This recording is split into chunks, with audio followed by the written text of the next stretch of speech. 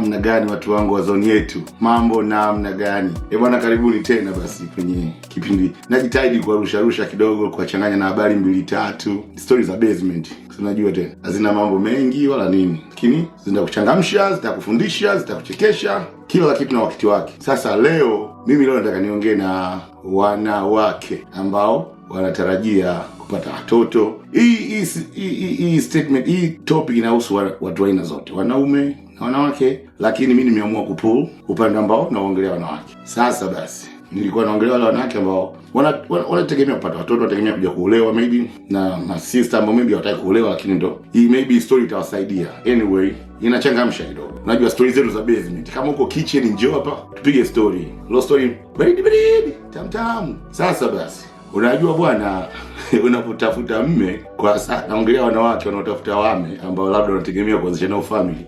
Unajua kuna wengine wanasema natafuta mwanaume mrefu, mimi natafuta mwenye akili, mwingine mwenye tabia nzuri. Sasa Mungu unajua sometimes hakupi vyote. Atakupa mwanaume wa aina hii, amekosa hii. Sasa naongea na wanawake ambao umepata mwanaume anakulipia kila kitu, ana uwezo, anakupa maisha mazuri, ila sasa ugly.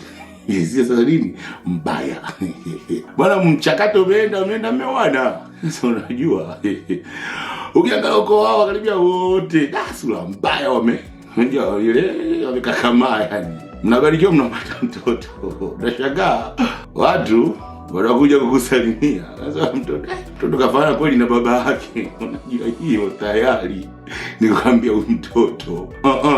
Sio mtoto ugly, ni roho mbaya, lakini yeye ndio habari za kuchangamsha. Tunaongea sisi wenyewe kwenye basement hapa, tunapeana vya hapa na pale, unaona bana. Sasa kuna mwingine vile unakuwa unabahatika unapata mwanaume good looking nini, ila unaishi maisha ya chini yani, unaona bana. Ndio hivyo, lakini mtoto participate kwenye mambo kibao nini. Watu wamebaa mtoto wako tumuone, tujiwezi. Naona mtoto anaweza kaa mrefu, ana mbio, lakini uwezo wa kumpeleka sehemu ambazo zitamsaidia. Sasa katika na wengine, hili ndio muhimu sasa. Kama unajua kabisa hii familia watu wamepinda, akili sio nzima. Naweza nakupa mfano. Ukiona mtoto wako anakaa sana kimya, ana miaka 9, 12 na kuendelea, mtu akuwa kimya, serious vibaya sana. Na akiangalia movie za kutisha atishiki. Akiangalia movie za kuwa na kujisikia vibaya, hapati hiyo hisia. Nimemzaa serial killer mwanangu, mpeleke apate matibabu. Fuatilia ule mlolongo wa familia babake. Kuna watu huko nyuma hawana historia za kuambiwa, lakini kumbe walikuwa wanachinja. Utachinjwa ndani wewe.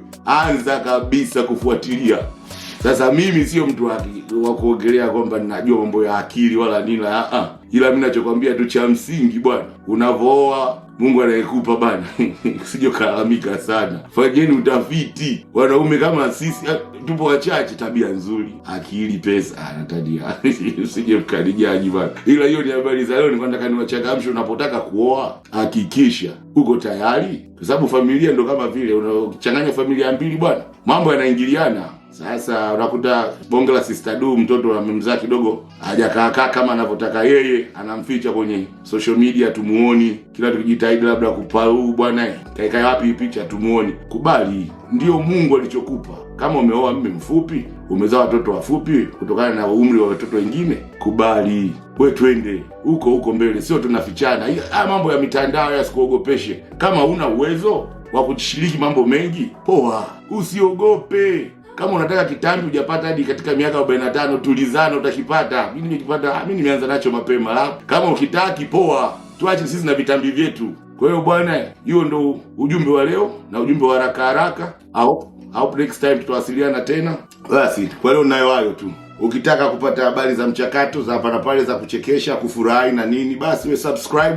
Nani zangu zote utaziona kwenye hii clip, ambazo unaweza ukanifollow, unaweza ukapenda, unaweza ukatoa comment. Na please enjoy your life bwana. Usiogope mitandao. Kama wewe una makengeza, jipige selfie, usiogope. Kama wewe una nywele, usiogope kujichanganya na watu wenye nywele. Nenda hata saluni, piga hata chochote, jaribu, tafuta style ya kunyoa, jichanganye. Kama hujui mziki na mziki umepigwa unaupenda, cheza, usiogope. Na kama una hela, usiende baa, usiende, kaa nyumbani, utagonga vitu, utadaiwa wewe. Acha. Mtu wenu wa karibu, nephew hapa, na wasalimia na wapa shout out. Stories za basement kwa sasa ndio inaishia hapa. Be careful. Peace. Love each other.